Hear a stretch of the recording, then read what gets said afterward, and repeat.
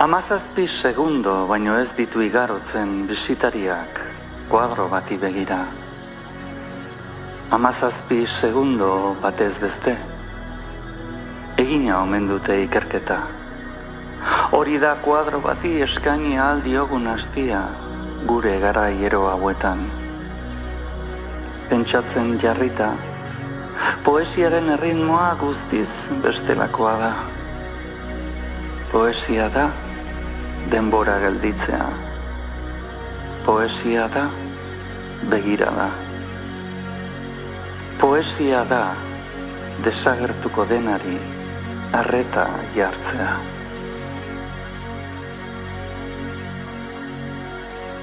Arreta, arteari bizia ematen dion eta gaur egun eskaintzeko gero eta gutxiago dugun hori. 17 segundo batez beste, edo dagoeneko 16. Beldurgarria da denbora murrizketa hori.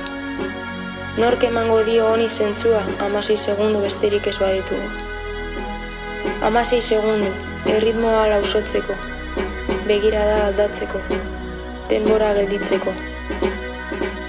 16 segundo batez beste.